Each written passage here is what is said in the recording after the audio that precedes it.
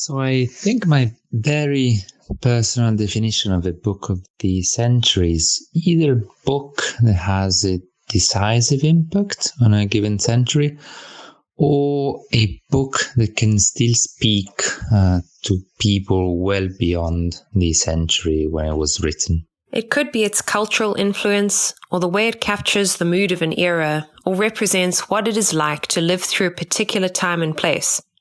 Most of all, I think a book of the century would open up or create ways for readers to encounter and experience other books, a kind of sympathetic resonance through reading. A book of the century must be memorable, stand the test of time, and capture readers' imaginations or challenge them in some way.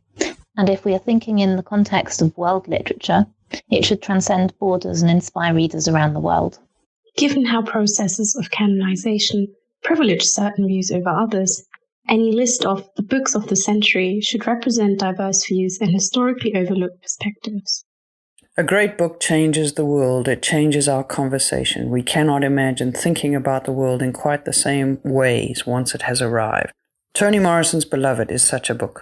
I can't imagine why it is not one of the books of the century.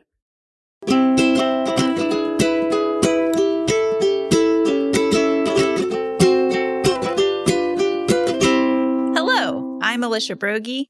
And I'm Erica Lombard. We're literary scholars. And this is the final episode of Season 2 of Literate, the podcast where we go through the New York Public Library's 1995 list of the books of the century. Usually we read one of these books, talk about what it means and why it matters, and then try to work out whether it really is one of the books of the century. But not this time. No! In this special season finale, we wanted to spend a little time talking about what makes a book of the century. We'll review some of the different themes and criteria that have emerged over the past 2 seasons. We also decided to ask a couple of experts what they thought about these ideas. We're going to hear from Anki Mukherjee, an Oxford professor, and Lynn Nobash, who's the actual person at the New York Public Library who curates lists of recommendations for readers, like the Book of the Century list we've been going through. Although this list in particular predates her time at the library. And as we'll learn, she takes a slightly different approach. At the start of the episode, we heard from you, listeners who sent in your responses to our question, what makes a book of the century? Thank you, everybody who contributed. Yes, thank you. Those were wonderful. Before we get into our interviews, I think it's time for a little cat corner. This episode, we are going to introduce you to the special cats in our lives. Alicia, you have a pretty amazing Maine Coon cross, something else cat, is that right? Well, that's what we tell ourselves. He is he is a gray tabby, Grau und Getigert, from Germany. We got him in Berlin from just a family, a Russian family, in fact, whose cat had kittens, and the children had already named the kitten Anatoly. He was the last one to be wanted.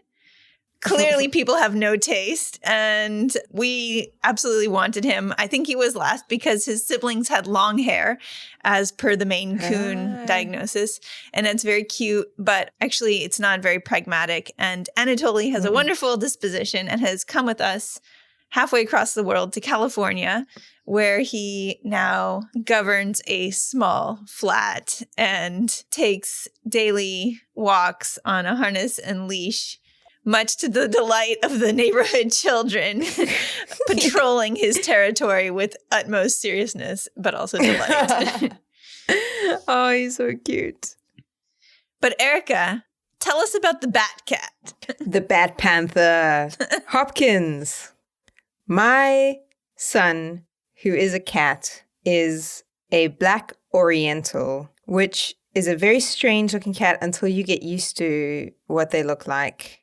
It's basically like a black Siamese.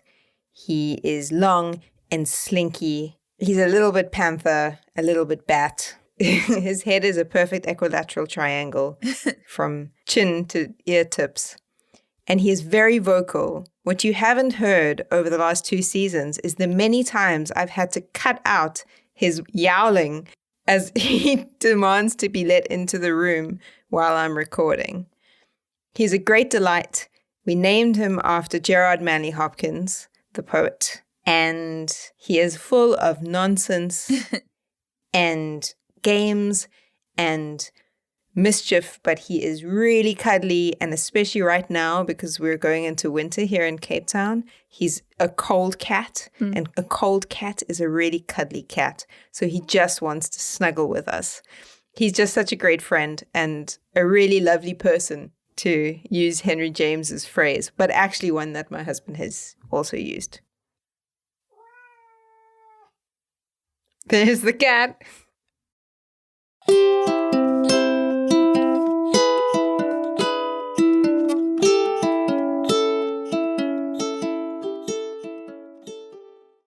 Anki Mukherjee is Professor of English and World Literatures at the University of Oxford and a Fellow of Wadham College. Her research focuses on 3 interlinked areas: Victorian literature and culture, postcolonial studies, and intellectual history, particularly the history and theory of psychoanalysis. Her second book, What is a Classic? Postcolonial Rewriting and Invention of the Canon, was published in 2013, and she won the 2015 British Academy Prize for English Literature for it. Her latest book, Unseen City: The Psychic Lives of the Urban Poor, will be published later this year. We asked Anki to reflect on what classics are and whether it even makes sense still to talk about classic works of literature. We had the privilege of knowing Anki at Oxford while we were doing our doctorates as part of the wonderfully collegial postcolonial writing and theory seminar that she co-convenes there. So we are especially delighted to have her on the podcast. We want to start off by asking you a question. During the historical moment that we're in, which is marked by so many and such intense competing cultural values, does it still make sense to talk about literary canons or the classic? I would say yes, very much so. It makes a lot of sense to talk about classics and about the canon, which is in a way a constellation of classics. So, let's look at a definition of a classic. So this is Italo Calvino in Why Read the Classics? And he says, a classic is a work that comes before other classics, but those who have read other classics first immediately recognize its place in the genealogy of classics. So the classic is kind of a first among equals. It's first among equals in the bookshelf, on the cabinet, on the curriculum, in the collective literary unconscious. And to read a classic is to not only know its place, but to know your place and our place in relation to it, belated and also second rate. So Calvino's musings on reading classics. So he gives the example of Lucretius, Lucian, Montaigne, Erasmus, Quevedo, Thomas Marlowe. And he says the classics, they depict the modern world as banal and stultifying. So in the throes of an epochal definitional crisis, and it's the classic which bestows on the epoch its form and purpose. So without its guardianship, we will be lost in a timeless haze. This has been the dominant mode of literary criticism. It has been unable to sort of, in a way, discuss the classic without activating this temporal logic of precursors and latecomers, the civilizational lag, if you will, which explains why, posterities, especially post-colonial societies' engagement with the classics of the Western literary canon, it is doomed to be one-sided. It is doomed to be a non-mutual relationship. And one of the examples I like to give is that we can talk endlessly about textual references to Shakespeare in Jean Rhys's Good Morning, Midnight, the Creole Ophelia's Drowning in Addiction in Paris, but this doesn't quite bother Hamlet scholarship. We talk about a very famous Bengali author, Michael Madhusudhan Dutta. He wrote beautiful romantic poetry in English. And then, after his brush with actual England and British racism, he went back to India and started writing in Bengali. And he wrote in Bengali a Miltonic epic. This is kind of widely received by Bengali scholars, by Indian scholars of English literature as a Miltonic study. This revisionist epic of the Ramayana, it's called Meghnad Badh Kavya, but nobody in Milton studies reads Michael Madhusudhan Dutta. So that's what I mean, that, it's very important to read the classics, for the classics to endow form and purpose to the timeless haze of the present.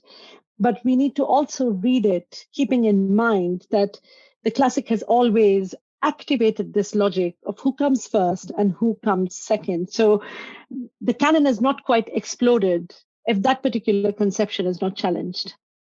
What do you make of various kinds of canon defying or even decolonizing moves that are going on right now? Do you think this is making a dent, or do you think it's another one of these one-sided interventions? I mean, I think it's extremely important. And, I have myself thought a lot about why the decolonizing turn has come after the post-colonial. By the mid-century, you have that very ecstatic period of independence from colonial rule in parts of the world, such as the one I come from. And you also have nation-state formation, and you find a lot of decolonizing rhetoric in works of anti-colonial resistance, whether it's Fanon or Césaire. They were all talking about decolonizing in that moment when you had to shake off colonial rule. And then the post-colonial became what sprang from the brow of imperial history. And now, again, in the 21st century, we have that return to decolonizing. So I do think that it has come back because it's not finished, because it is a perfectible project and it needs to be constantly worked on. There are many ways in which, as both somebody who reads English literature, teaches English literature, but I'm also sort of part of these, ivory tower institutions. I think about decolonizing, and I think it's not just a question of adding a few names to preset lists. And this kind of goes back to your first question, that why is it important to think about the classics or the canon? Because it's very important to not enter the canon as a charity case. You do not want to enter it as some kind of a token minority. You want to enter it by saying that, A, this work engages with some of the value criteria and value contestations of literature very well. And B, by saying, there are other value criteria and there are other value contestations. And this is what, if you look at the work of Walter D. Mignolo, who coined the term decolonial, very, very influential term for our times. It's not the same thing as decolonizing. He's saying, let's look for value criteria in indigenous literatures. Let's look at it in other languages, other sort of literary cultures, in other kinds of cultural memories. So that's the other way in which you want to decolonize, not just adding one small set of texts that have already been translated into English to your course, but actually saying that, we really want to read otherwise, and we want to read from different songbooks, Obviously, this is not just about shuffling texts. It also involves an overhaul of hiring practices. It involves an overhaul of the way in which we have that sort of pernicious, from colonial times, division in our minds about what constitutes the mainstream or the dominant subject and what's the periphery. Till very recently, it was perfectly possible and normal for an undergraduate at Oxford to do 3 years of English without reading a single person of color. There is no compulsion to read it.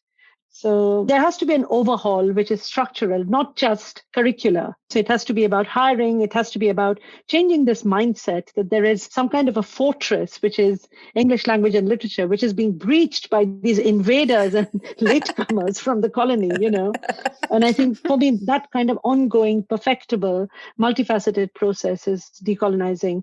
I was wondering, does that overhauling process extend to overhauling or tweaking a definition of the classic or of the canon itself? How do you define these terms? You offered someone else's definition at the start. What about your own? And is that very much in line with what Calvino said? Or does it differ in some ways to reflect cultural values that you want to last? When it comes to the classic or the canon, you are looking at a memory system. And this is not my definition, it's Harold Bloom's definition. I'm not very fussed about the originality, because I think any gesture toward originality here would be a false one.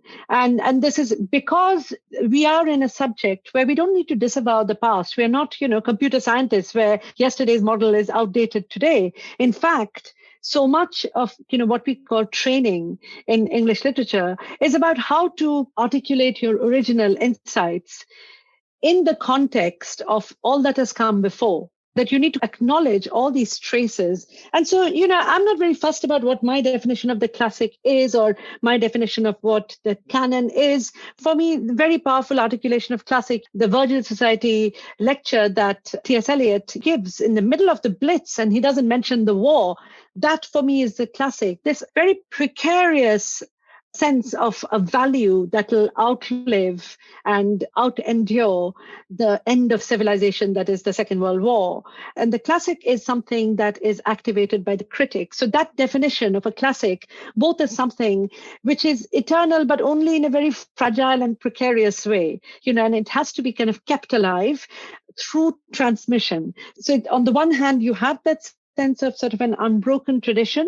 But in that act of transmission, you also have the promise of change and diversity, and you have the promise of decolonization. Who transmits the classic? If you look at post-colonial rewritings, what exactly is canon rewriting, and does it end up reinforcing the status quo? Often you find that what is being repeated is the kind of core story of Hamlet, which is not Shakespeare's own. That is not a story that Shakespeare made up.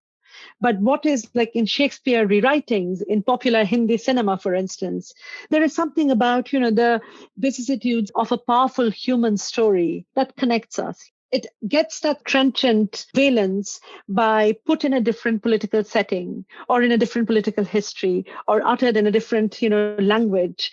It's the way in which we become not just people in nation states, but citizens of the world by saying that I have a claim to this story that was activated by Hamlet, but that is not Hamlet. Hamlet is repeating a story that's always already happened. You've given us so much rich material. This is wonderful. Thank you so much. You're very welcome. It's so wonderful to see you.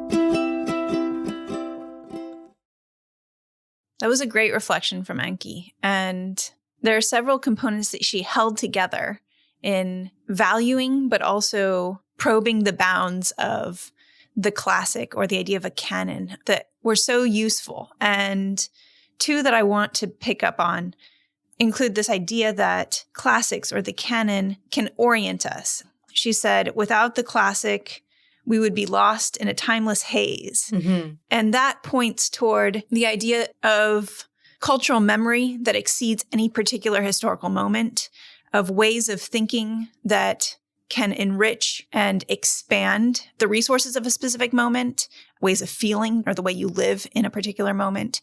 It points toward a real value that's preserved in these texts that some humans have agreed upon as worth preserving, worth passing down through the generations. And that is maybe traditionally a little more conservative sense of the value of the classic. I mean, in its stronger forms, you can think of Matthew Arnold in Culture and Anarchy talking about culture as something that conveys to us the best of what has been thought and said. And so that's a really conservative approach, or it's used a lot by other conservative thinkers. And yet Enki doesn't quite go that far. And she certainly doesn't stop there, because then she also brings into her comments this question about whose value criteria and value contestations. Yeah. Like how do the value criteria shape what has been determined to be of lasting value? And is there a way to bring competing or different voices into the canon, not as a charity case, but instead by saying, actually, we're missing out on something by not preserving this. Yeah. There is something of lasting value here for humanity, for me, that expands the way I or we can think and speak and feel in any given cultural moment, any given historical moment. So those were some of the points that I found particularly enriching in what she said. Yeah. What do you think, Erica? Well, that last point that you made, I kept thinking how this is something that you come back to in our discussions of, is this a book of the century? Is the idea of the aesthetic value, the intrinsic kind of value of a particular literary text, of a particular book. Is this good in and of itself? Is it of lasting aesthetic value? And this makes space for that to be a valid criterion that aesthetic quality is totally a valid way of judging, if this is a classic or a book of the century. But it also makes space for those values to be questioned themselves, for what is aesthetically valuable to be changed and to shift and to incorporate features of literary works beyond what has been traditionally valued within the Western Anglo-European canon. And that's exciting to me because it's a redefinition in some ways of what those values are, a redefinition of the mainstream. It's not about throwing out the old and replacing it entirely. It's about enriching what we have already. And yeah, I think that the other thing that stood out to me, she said that classics mark time. So they mark eras and epochs. We've spoken a lot in terms of time periods. The moment of decolonization, the post-colonial moment this season, very much so. But modernism as well is another thing that's come up many times, this movement, and the post-war moment. All of these things are alive in our discussions. But there's that other aspect, which is that it places you, the reader, that she emphasized, which I really liked as well, that we know where we are because of where we're reading. And this is something that's come up in our conversations too. Is this a book of the century for me? I don't know if it is. This feels foreign to me. Or I can appreciate that it meant something at that time, but it doesn't really mean the same thing to me now. Or time has moved on. Our cultural values potentially have changed to the point where this is no longer quite as resonant as it was. So these are questions that we've been coming back to over and over again over these last 2 seasons. So what are some of the criteria that we've come up with in our conversations? That question of aesthetic value is definitely one. Aesthetic value, and also something maybe more nebulous about an inherent value that's maybe not strictly aesthetic, but is related to that gives perspective, that changes how you inhabit, how the reader then inhabits their specific historical moment. So something more transcendent. Although, as Anki emphasized, the value of a text and the sense of what is valuable changes as we readers transmit it to the next generation and reinterpret it. Or something to do with culture shaping or literary influence there as well, right? Yeah, in demythologized terms, certainly. That is something that we've come back to again and again. Yeah, the influence on readers and on other writers, but also on intellectual work. Mm-hmm. With Jean Rhys, for instance, this question of, how are readings of Jane Eyre in different sort of subfields of English literature shaped by Wide Sargasso Sea? How were horror movies shaped by The Turn of the Screw? Yeah. How is post-colonial theory shaped by Things Fall Apart? So influence in different realms of culture, I guess. Absolutely. And then you've especially emphasized, maybe we've emphasized different forms of pleasure, but the pleasure of the reading experience. Yes, definitely. We started off on some shaky ground. My experience of The Golden Notebook by Doris Lessing was one of the shakier experiences that I've had, frankly. And that really brought it home to me. Did I enjoy reading this, or was it actually quite difficult and a slog, but not necessarily in a satisfying way? And that was my experience of reading that book at that time. But again, these things come to us at particular moments in time, and they reflect our own state, emotional and physical and existential and, many different types of states. So pleasure is definitely something. And the pleasure for you often is in that aesthetic engagement, is in your kind of literary reading. I think maybe more so than mine. I appreciate those things, but I guess I don't find difficulty intrinsically pleasurable. But I think you do, actually. You really like wrestling with... No, I don't mean it in a bad way. I think you really like... No. I think you really like wrestling with a difficult text that rewards commitment and engagement. I do like that. And actually, something else that links to that, I think, another criterion that we haven't necessarily spoken about explicitly is about rereading.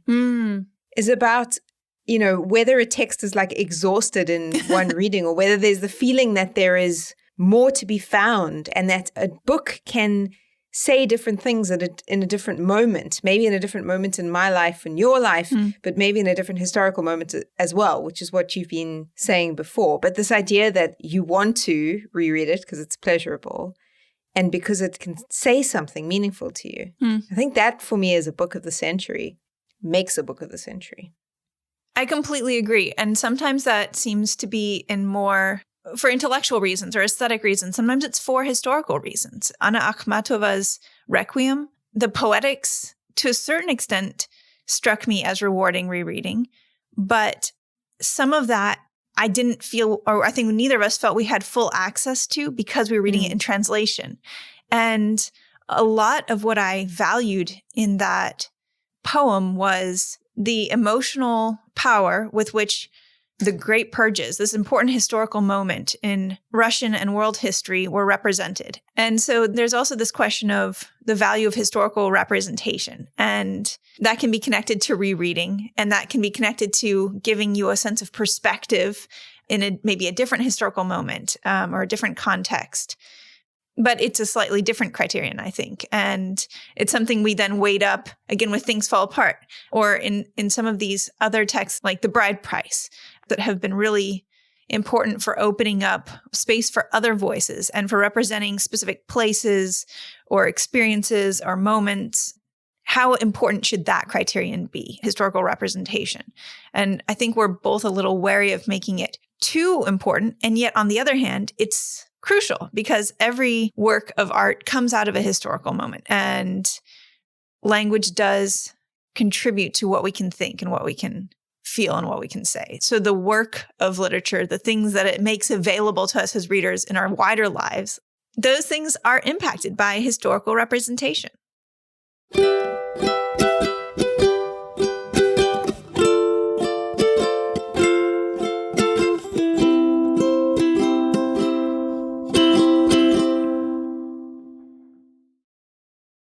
On this date, May 20th, in 1995, the New York Public Library displayed 195 literary works that had been recommended by their own librarians to, and I quote, acknowledge and express the artistic achievements, cataclysmic events, and intellectual trends that characterized the library's first century.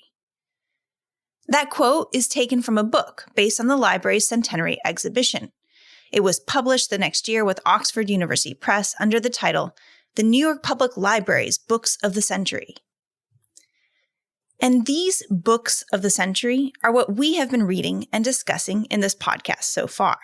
So, in this season finale, as we reflect on criteria and questions about what makes a classic, or a group of classics, a canon, or even a book of the century, we wanted to hear from one of the people who makes lists like the one we've been reading.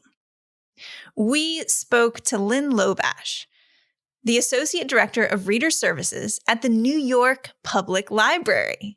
Yay! We finally got the NYPL on the podcast. Whoop, whoop. Lynn creates lists of book recommendations for readers, and she trains a staff across the library's 92 locations to do the same. Here are some of the titles of her previous reading lists to give you a sense of just how wide-ranging these recommendations are. Memoirs to celebrate Black history. 125 books we love. 7 books to help lapsed readers get back into reading. Words Without Borders. Books for World Refugee Day. Top 5 Beverly Cleary books. And a Walt Whitman reading list. We were excited to hear how Lynn goes about making these lists and what has changed since 1995 and the list that we read. Let's begin with a kind of scene-setting question. Can you tell us a little about the New York Public Library as an institution? Who does it serve, and how do these lists fit into its vision? Yeah, it's an interesting time for you, the creators of this podcast, to be asking that, because your list was a celebration of the centennial anniversary of the library, and we are now 25 years later, so we're at 125-year anniversary. We have 92 locations scattered throughout Manhattan, Staten Island, and the Bronx. It's interesting, in New York, Brooklyn has its own library system and Queens has its own library system. And then the New York Public Library covers covers the other 3 boroughs. It serves a vastly diverse community here in New York City. So many different people from different places, speaking different languages. So it's a pretty unique institution. And I think the thing I love the most about it is that it's in every neighborhood. So there's like these really unique little spots that are really specific to the personalities of the neighborhoods themselves. And it reflects in everything, like all the programming, the classes that they offer, the collections, exhibitions. So I think that's what I love the most about it and what makes it really unique among libraries. And the second part of your question, as to reading lists, I mean, obviously your whole podcast is wrapped around this one that was made. The list actually predates my time at New York Public Library, although I have been there about 18 years. Your list is so special because it was about an exhibition. Mm-hmm. When I was reading it, I really could picture myself like walking around looking at the cases with the books in them, the way that they're divided up, there are like 11 different categories, and just being like, oh, utopias and dystopias, like, of course, here's like Peter Pan and the Wizard of Oz next to like 1984 and Brave New World. Of course, they are together. And so I think it's really cool, the list in that way, because it's got this kind of physical piece to it. The lists that we create now are really similar in that there's a prompt, right? So for your list, the Books of the Century list, I'm going to just call it your list now. Even though I'll take it. Actually our list. But apparently the curator just did a call out, like sent out a prompt to the librarians and was just like, well, what do you think? What are the books that define this century? And then, received all of these suggestions and then put them together in this really interesting way. We'd love to hear more about your process or the current process for creating these lists. Who selects the books that you feature and how are they selected? What are the criteria that are used? Yeah, it's not so different. We do call out, prompts for staff, like tell us your best, like road trip books, or what's your favorite Regency romance? And I think one of my favorite things that we do currently that's listy is we do quarterly staff picks, where we essentially just call out to the staff and say, hey, tell us what you've read and loved in the last 3 months. And the thing that's so great about those, and you can find them if you just do like NYPL staff picks in Google, it'll take you right there, is you really get a sense for like the breadth of the staff at NYPL and their reading interests. And what that reflects then is the breadth of our collections. I mean, our collections are so vast. The Books of the Century list is a lot of pretty established books. There's not a lot on there that I was like, oh, I haven't heard of this. I mean, there were a few, but the collections at NYPL, I mean, the just deep genre, deep children's books, graphic novels. I mean, it's not all literary fiction. And we don't have all people who only read literary fiction. We, in fact, have people who only read paranormal romance with, vampires and bikers. So it's like, it goes a lot of ways. So these lists can come really from anyone. There are more organized ones. Like we recently had a 125th anniversary, and much like your list, we decided to celebrate that with a couple of book lists. Actually, we did 4. They're all titled something like 125 books we love for adults, for kids, for teens. And then we did a New York City book list as well. Things have changed drastically in the last 25 years in publishing, as you both, I'm sure, really know. And so the lists look very different than your list, your century list. And not that there's anything wrong with that list. Like, I'm not trying to take anything out of its own context, but when we make lists now, we really try to be aware that we want some entryway for everyone in these bigger lists, these like books of the last 125 years lists. So we try to have genre in there. And, we make sure that it's difficult when you're talking about the history of publishing, right? So in terms of diversity, you can't really, what I try and do in my everyday practice when I'm making book recommendations to people, like we do it over Twitter and Facebook and just through a sort of online service that we have, is for every book by a white person I try and recommend a book by an author of color. So I try and do like a 1-to-1 ratio. Now, when you're talking about the last 125 years of publishing, it gets a little difficult because it's not been an even playing field, to say the least. Yeah. But, we did really, like with the 125 lists, I think we tried to hit at least like 35% authors of color on those lists. And even that didn't feel great. But, you can't change the history of publishing. I think the lists we do now are maybe a little bit more, not so much like a canon list, but a little bit more user-centered than they used to be, or not user, I should say reader-centered. So we kind of put the reader at the center rather than being like, here's a prescribed list of books that every person will enjoy, because we all know that's not true. And I think at the heart of what I do, which is, reader's advisory, the thing is that what you want is to give somebody something that they enjoy so that they will continue to read. Reading a good book leads you to want to read another book. Reading something that you don't relate to or have to slog through is probably going to keep you away from the next book a little longer than the other way. That's something that we did notice as we were looking through more recent lists compiled by you and your team, that there is a shift from quite universalizing terms like books of the century to much more specific focuses like books we love. Yeah. And it seems like there really is a kind of a shift to something that is more focused on who exactly is reading, who exactly is our audience, who are our library users. You have this incredibly large and incredibly diverse group of readers. Is there a kind of a movement away? Do you feel that quite strongly, the responsibility to serve these readers and also the writers?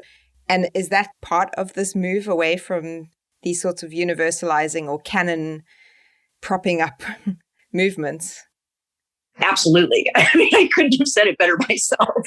That is 100% what it's about. And it's about a love of reading. I mean, you understand what it's like when you read a book and you just want to hug it when you finish it. Like you just want to hold it close to your heart and push it in everyone's hands and just be like, let's share this amazing experience. And that's something you want to chase. You want to feel that again and again and again and again. And it's not going to be always the same type of book. Like I'm a different reader in a lot of different times. Like I might really be in the mood for something very different from, what I was in the mood for last time I picked up a book. But it's that satisfaction that when it all comes together in this beautiful way and just touches you, that we want for everybody, because we think that is so pleasurable. And, and reading it's a lot of things, right? It's about being a good citizen. It's about being informed. It's about education. It's about understanding culture. It's about relating to people in the world. It's about 1,000 things, but it also is about touching you and feeling seen and related to, and there's other people in the world that you connect to. And so these sorts of feelings, they come from all different kinds of books for different kinds of people. So yeah, I really do. I really, really love this sort of, as I called it earlier, a reader-centered approach to reading. So that is a bit of a move away from everybody read Huck Finn and you'll love it. You know what I mean? It's that's the schools are going to do that. And I think that's great. They're going to do whatever their job is. But the library is very much about education, but it's not school. Thank you so much, Lynn. Yeah, totally. It was super fun.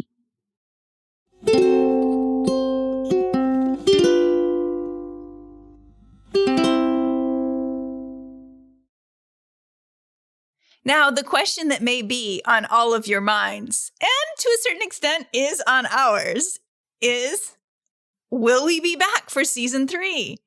We don't know. To be determined. We hope so. We hope so. And we have loved doing this podcast. There are a few career and personal life changes. I don't know. The future is uncertain, as it is for all of us, I guess.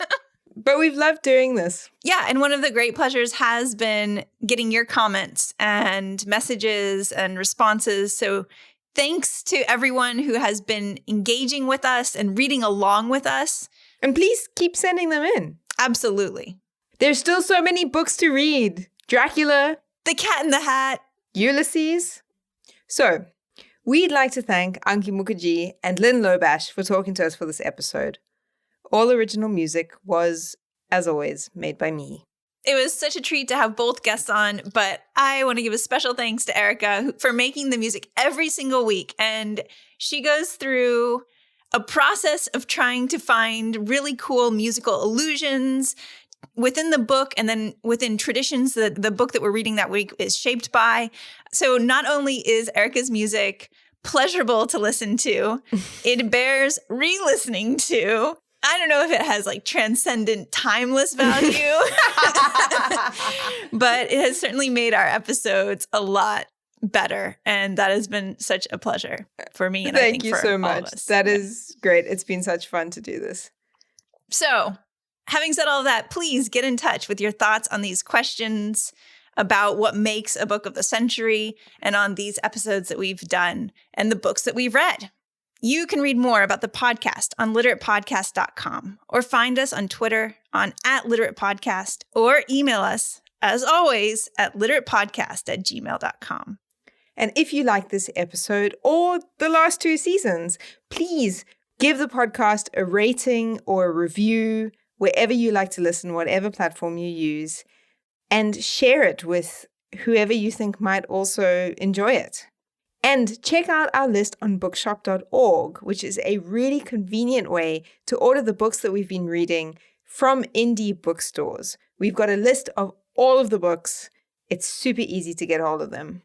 As you think about where to get your books, please support your local library. And independent bookshop.